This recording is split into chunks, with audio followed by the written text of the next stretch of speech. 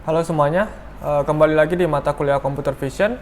Nah, di materi kali ini saya akan menjelaskan tentang image filtering. Image filtering ini merupakan salah satu aplikasi yang sangat penting sekali ketika kita ingin mengolah sebuah image.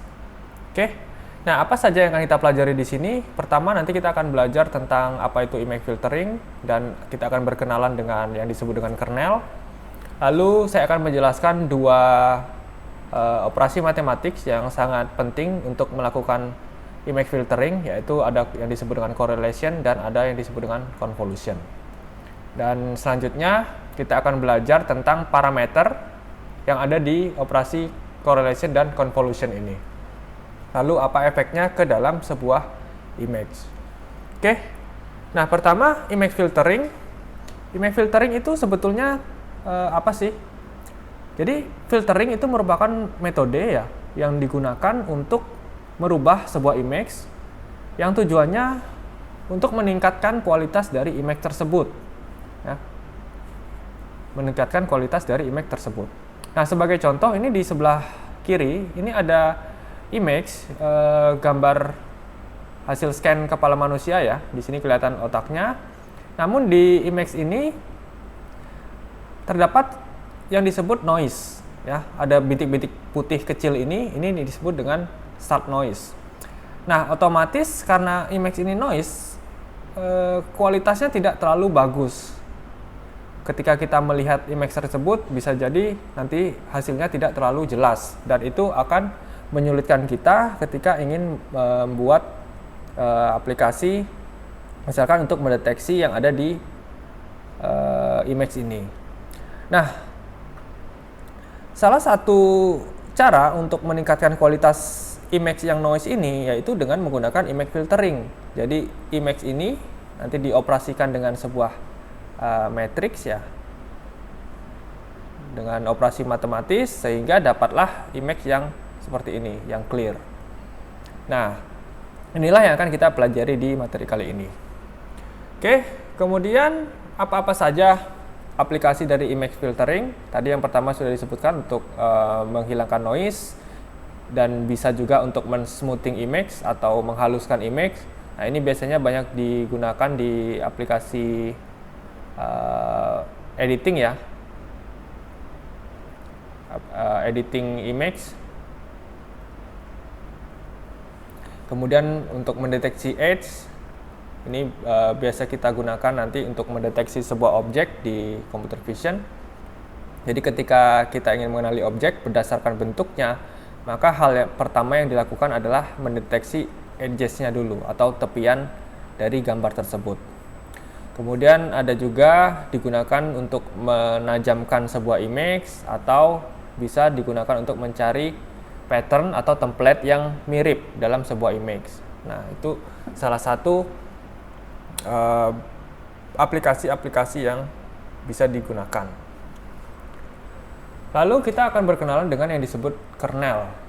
Nah, kernel kalau di bidang image processing atau computer vision itu sama dengan sebuah matrix yang ukurannya lebih kecil ya. Yang ukurannya kecil, nah biasanya itu 3x3 tapi tidak harus 3x3. Jadi ada juga 5x5 dan ada juga 7x7. Ya, yang pasti ukurannya kecil dibandingkan input image yang akan diproses. Nah, matrix ini gunanya untuk memfilter image yang tadi yang kualitasnya kurang bagus. Nah, contoh dari kernel ini apa? Kalau Anda googling ya, Sobel kernel.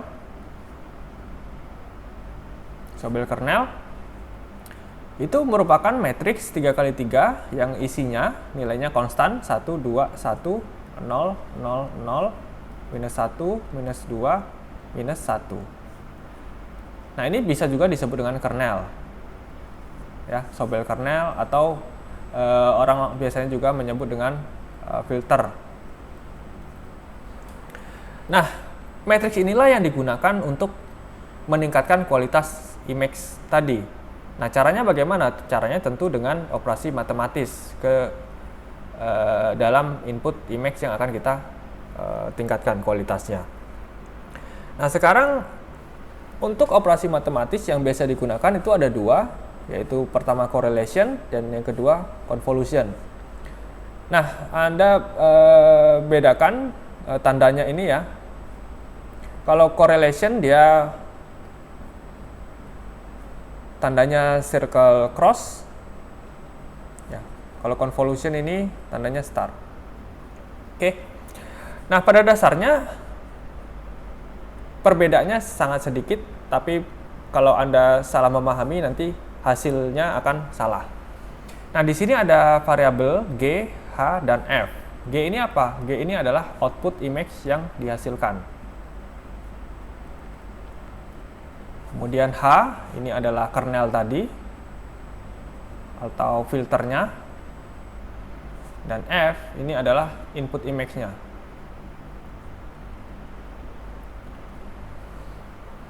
Ya, jadi di sini operasinya antara dua ini ya, input image dan kernel. Nah, lalu apa perbedaan antara correlation dan convolution? Oke. Nah, correlation tadi disimbolkan dengan circle cross. Nah, kalau dijabarkan, tuh kira-kira rumusnya seperti ini. Output image G pada indeks I, J itu sama dengan hasil sum. Ya, sigma ini melambangkan sum. Sum di sini ada perkalian ya, H tadi filter dan F ini image. Nah, H pada indeks U, V dikali dengan image F pada indeks I ditambah U, J ditambah V. Nah, untuk menyederhanakan rumus ini saya contohkan untuk operasi yang sederhana, di mana kernel yang saya gunakan ini 3 kali 3 dan inputnya sama juga 3 kali 3. Oke, supaya terbayang prosesnya seperti apa. Nah, misal di kernel ini saya memiliki sebuah nilai, ya. Ini nilainya disimbolkan dengan A, B, C dan seterusnya. Kemudian image, ya, nilainya J, K, L. Oke. Nah, kemudian ketika saya ingin melakukan operasi correlate atau correlation, caranya simple. Jadi output image G di sini karena kernel dan inputnya ukurannya sama, maka yang dihasilkan adalah matriks ya. Ini sebetulnya G ini matriks, tapi matriksnya 1 kali 1. 1 kali 1. Sehingga G di sini artinya kalau di representasikan dalam bentuk indeksnya adalah G 0,0. Oke. Nah, nilai G 0,0 ini didapat dari mana? Kalau dari rumus ini didapat dari nilai A dikali dengan nilai J ditambah ya. Kemudian karena tadi ini sum ya, jadi ditambah B dikali K ditambah lagi C dikali L ditambah D dikali M dan seterusnya sampai akhir di sini. Nah, setelah kali dan dijumlahkan semua, maka dapatlah nilai G pada indeks I, J. Nah, karena di sini 3 kali 3 di correlate dengan 3 kali 3, maka hasilnya outputnya matriks 1 kali 1. Jadi disimbolkan dengan G saja di sini. Oke, ini contoh sederhana untuk mencari nilai correlation. Nah, sekarang bagaimana kalau misalkan input image-nya lebih besar daripada kernelnya, ukuran kernelnya. Nah, contoh di sini kernelnya 3 kali 3, kemudian inputnya di sini 6 kali 6. Oke. Nah, caranya bagaimana? Caranya kita bisa menggunakan yang disebut dengan operasi sliding window. Sliding window itu seperti apa? Nah, kira-kira seperti ini ya. Jadi, karena tadi kernelnya 3 kali 3, kalau mau kita operasikan dengan input ukurannya 6 kali 6, maka kan tidak match. Nah, supaya match, kita ambil saja sebagian matriks yang ada di input ini. Jadi kalau kernelnya 3 kali 3, otomatis saya akan ambil 3 kali 3 saja. Yang pertama dimulai dari indeks 0,0 paling atas ya, atas kiri. Diambil 3 kolom ke kanan dan 3 row ke bawah. Nah, sekarang kita operasikan aja dari yang kernel ini. 1 dikali 3, ya, 1 dikali 3 ditambah 0 dikali 0 ditambah minus 1 dikali 1. Seterusnya sampai minus 1 dikali 2, kemudian disum dapatlah minus 5. Oke, nah ini tahapan pertama. Kemudian setelah kita kalkulasi nilai correlation pada bagian ini, kita slide atau kita geser kotaknya ke kanan, ya. Pertama ke kanan dulu. Kita geser satu kolom, ya. Normalnya kita menggunakan satu kolom. Geser ke kanan, kemudian di sini ada matrix 3x3 yang nanti akan kita correlate lagi dengan kernel ini. Ya, prosesnya sama seperti tadi, 1 dikali 0, 0 ditambah 0 dikali 1 ditambah minus 1 dikali 2 ditambah 1 dikali 5 dan seterusnya, maka dapatlah hasil akhirnya minus 4. Oke, ini kita slide terus, ya, sampai misalkan kolomnya sudah habis seperti ini, dapat di sini 8. Nah, kalau kolomnya sudah habis seperti ini, selanjutnya proses slide-nya baru ke bawah. Jadi setelah di sini kolomnya habis, kita turun ke bawah, dimulai dari kiri lagi. Ya. Nah, sekarang kita mencari nilai yang ini. 1 dikali 1, 0 dikali 5, dan seterusnya. Nanti muncullah nilai G yang di sini. Berapa? Nah, prosesnya seterusnya seperti itu sampai input image ini sudah dioperasikan semua. Jadi sampai sliding window-nya berada di posisi bawah ini. Oke, kalau sudah berada di posisi bawah, maka kita akan menghasilkan output, ya, matrix, di mana nilainya tergantung dari nilai kernel dan nilai input yang kita kalkulasikan. Nah, contoh di sini, kalau kernelnya seperti ini dan inputnya nilainya seperti ini, maka outputnya akan menghasilkan nilai yang seperti ini. Nah, kemudian kalau convolution seperti apa? Yang berbeda pada convolution itu hanya tanda ini. Ya. Kalau di correlation tanda ini adalah plus, tapi kalau di convolution tanda ini adalah minus atau negatif. Nah, tanda ini mempengaruhi order atau urutan perkaliannya, ya, karena ini di sini ada proses dot perkalian. Perkalian antara indeks pada filter dan indeks pada input image. Oke, nah simpelnya seperti ini. Kalau convolution, maka proses perkaliannya itu A dikali R, ya. Kemudian dijumlahkan dengan B dikali Q, dijumlahkan lagi dengan C dikali P, kemudian selanjutnya D dikali O, ya. Jadi ini arahnya ke kanan, tapi yang ini arahnya ke kiri, dari bawah dimulainya. Nah, perbedaannya di convolution seperti itu saja. Jadi arah perkaliannya. Nah, namun arah perkalian ini akan menghasilkan nilai yang berbeda, ya, nantinya. Contoh misalkan seperti ini, sama seperti tadi kalau kita menggunakan sliding window, maka diambil dulu 3x3 yang paling atas, lalu dilakukan operasi convolve, ya, atau convolution, dapatlah nilai G pada indeks 0,0, ya, misalkan di sini 5, kemudian ini G pada indeks 1,0 ya, 4, dan seterusnya sampai prosesnya selesai pada matriks kiri bawah ini, ya. Nah, dari sini dapatlah kita outputnya. Oke. Nah, kalau kita bandingkan output convolution dan output correlation itu pasti berbeda hasilnya. Walaupun nilainya identik, tapi tandanya mungkin berbeda. Oke, kita bandingkan, ya. Nah, ini minus 5, minus 4, 0,8, tapi kalau hasil convolution 5, 4, 0, minus 8. Ya, jadi hasilnya akan sangat berbeda. Oke, Sekarang kita masuk ke parameter yang mempengaruhi proses correlation dan convolution. Pertama ada yang disebut dengan parameter stride. Stride ini adalah jumlah pergeseran.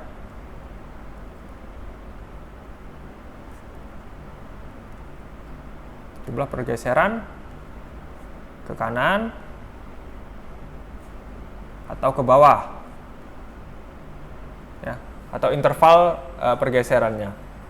Contoh, pada operasi sebelumnya kita selalu menggeser kotak ini, ya, sliding window-nya ini per satu kolom atau per satu baris, ya, ke kanan satu kolom dan ke bawahnya satu baris. Nah, pada dasarnya kita bisa menggeser lebih dari satu kolom atau satu baris. Contoh misalkan di sini proses pertama saya ambil dari indeks 0,0 di input image. Kemudian di proses yang kedua saya stride menggunakan parameternya 3, artinya saya geser ke kanan 3 kolom. Ya, jadi dari 0,0 sekarang kotaknya di sini. Oke. Kemudian di proses selanjutnya, karena ini udah habis ya kolomnya, otomatis kita akan turun ke bawah. Turunnya juga sama, menggunakan interval 3. Jadi bukan turun satu baris, tapi turun 3 baris sekarang. Oke, jadi saya ambil yang di sini.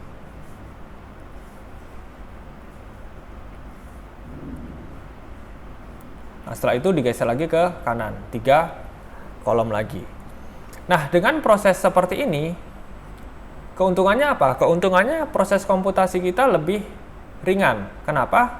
Karena bayangkan kalau Anda menggunakan program atau fungsi for loop, ya, dengan menggunakan stride yang nilainya lebih besar dan nilainya dibandingkan dengan stride yang nilainya lebih kecil, otomatis ketika menggunakan stride yang nilainya lebih besar itu loopnya lebih sedikit dibandingkan menggunakan stride yang nilainya lebih kecil. Maka programnya akan semakin cepat. Tapi efeknya apa? Ada di hasil di output. Sekarang dimensinya mengecil. Dimensinya menjadi mengecil. Jadi misalkan kalau Anda punya image 100x100,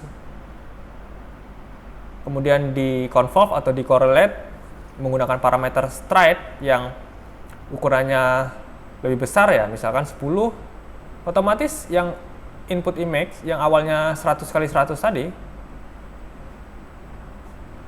ini akan sangat kecil hasil outputnya, bisa jadi misalkan setengahnya atau taruhlah 50x50, ya. Jadi image-nya setelah diproses akan menjadi sangat kecil. Berbeda dengan kita gunakan stride yang satu. Kalau menggunakan stride yang satu, penurunannya tidak terlalu signifikan. Tapi itu tadi komputasinya sangat lambat. Oke, sekarang parameter yang selanjutnya itu disebut dengan padding. Padding ini nama lainnya juga disebut juga dengan border, ya. Border itu apa? Border itu adalah tepian dari image.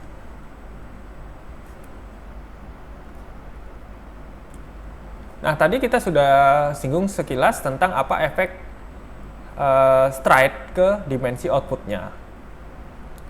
Nah, dimensi outputnya otomatis bisa mengecil.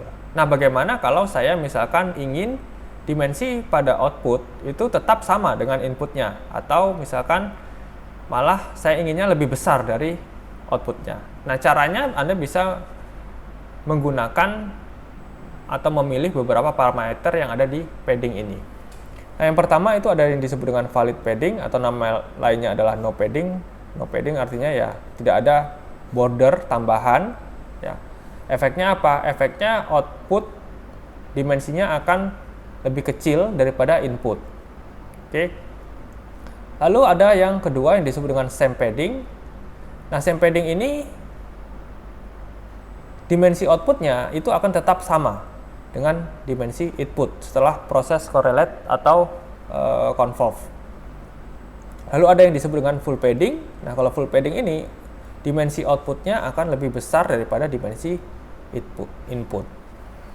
Nah, ilustrasinya seperti apa? Pertama kita ke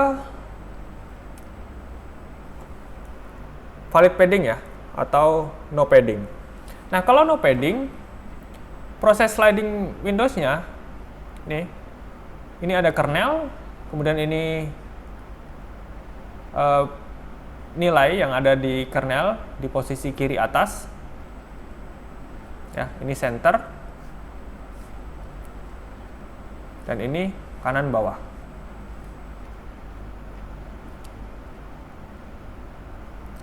Nah, kalau misalkan Anda menggunakan valid padding atau no padding, artinya posisi kiri atas ini Anda tempatkan ke sini, ya, ke indeks 0,0 yang ada di image.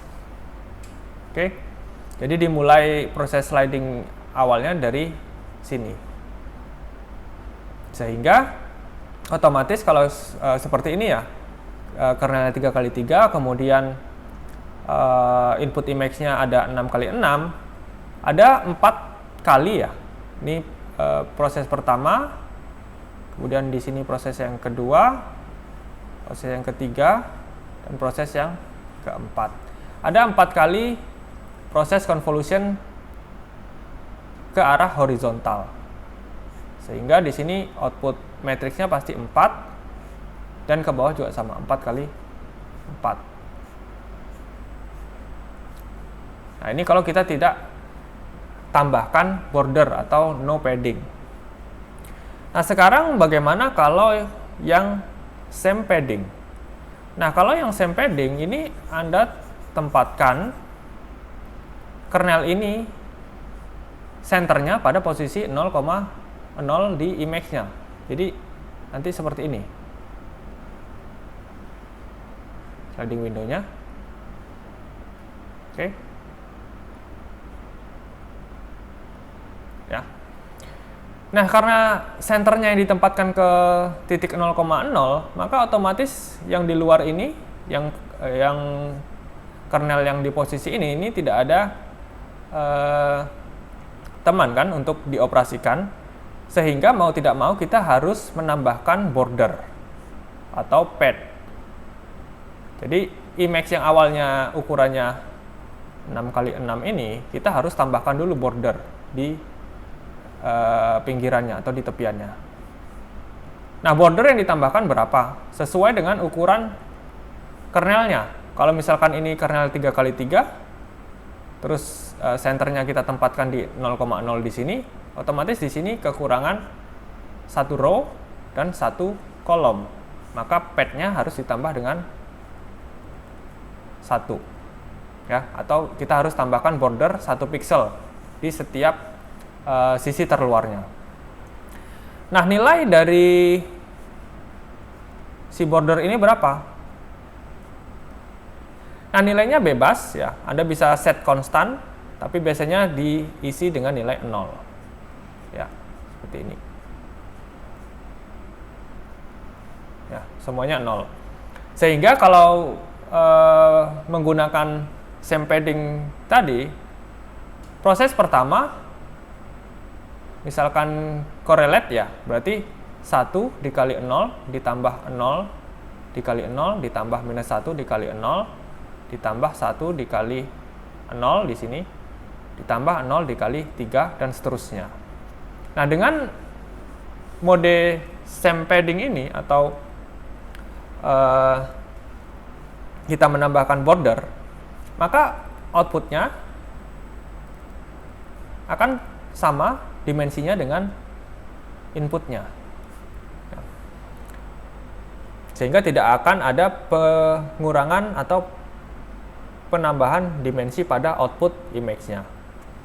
Nah, kemudian yang terakhir adalah full padding. Nah, full padding kita tempatkan pixel yang yang kanan bawah ini pada posisi 0,0, sehingga sliding window-nya menjadi seperti ini.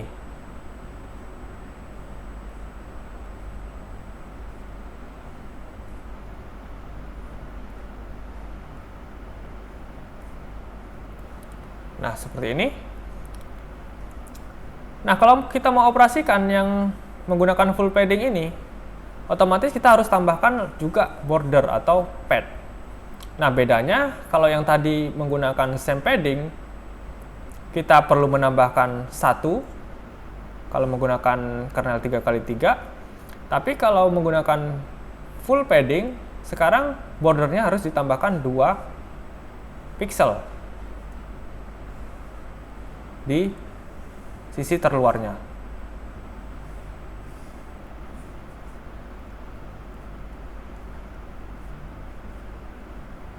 Oke, ini 2 pixel.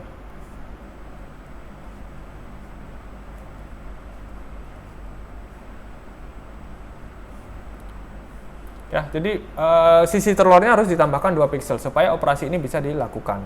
Nah, pixelnya juga sama, Anda bisa kasih nilai 0 semuanya atau nilai konstan. Nah, setelah ditambahkan border 2 pixel seperti ini, maka kita bisa lakukan proses convolve atau correlate seperti menggunakan sliding window biasa. Nah, ini efek pada perbedaan jenis padding. Nah, full padding ketika kita tambahkan 2 pixel di sini, otomatis outputnya lebih besar daripada input image-nya. Oke. Nah, sekarang output dimensinya bisa dicari dengan rumus ini, N out sama dengan N in ditambah 2P dikurang F per S ditambah 1. N out ini adalah dimensi output image, kemudian N in dimensi input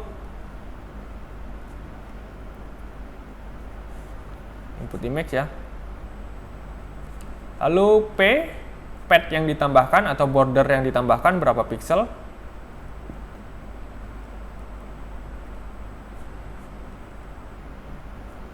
Lalu F ini adalah kernel size atau dimensi kernelnya.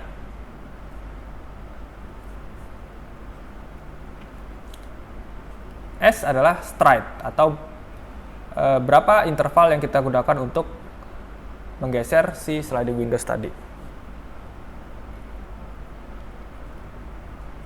Oke.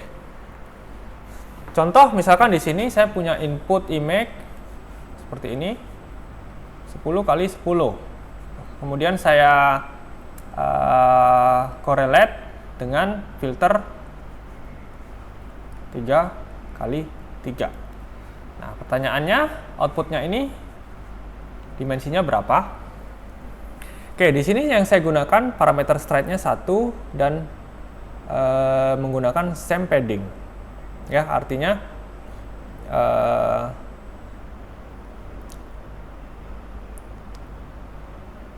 titik center dari si kernel akan saya tempatkan ke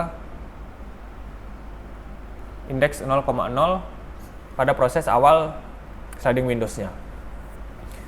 Nah, dari rumus tadi kita bisa cari N-in-nya, dimensi input. Dimensi inputnya 10 ya. Ini taruhlah lebarnya dan ini tingginya. Oke. Sekarang kita mau cari dimensi out, berapa lebar image outputnya. 10, kemudian ditambah 2 kali P. Karena ini same padding, kemudian kernelnya 3x3, seperti ini ya.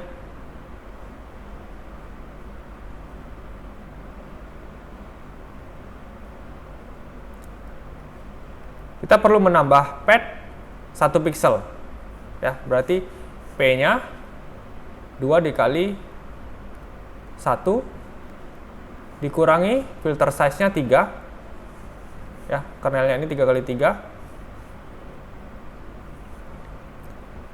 dibagi dengan stride. Nah, di sini stride-nya menggunakan 1 ya, dan ditambah 1. Oke.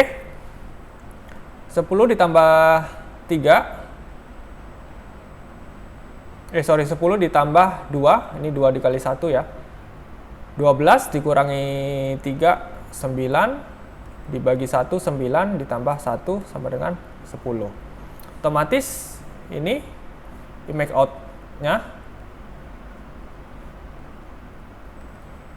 lebarnya sama dengan 10. Kebetulan ini tingginya juga sama 10, sehingga kalau saya masukkan di sini tingginya juga menjadi sama 10. Oke, nah ini cara mencari berapa sih dimensi output kalau kita melakukan proses correlate atau convolve kepada sebuah image dengan filter atau kernel ukuran tertentu. Oke, selanjutnya akan saya praktekkan bagaimana cara menggunakan correlate dan convolve pada image untuk memfilter sebuah gambar. Oke, sampai jumpa di materi selanjutnya.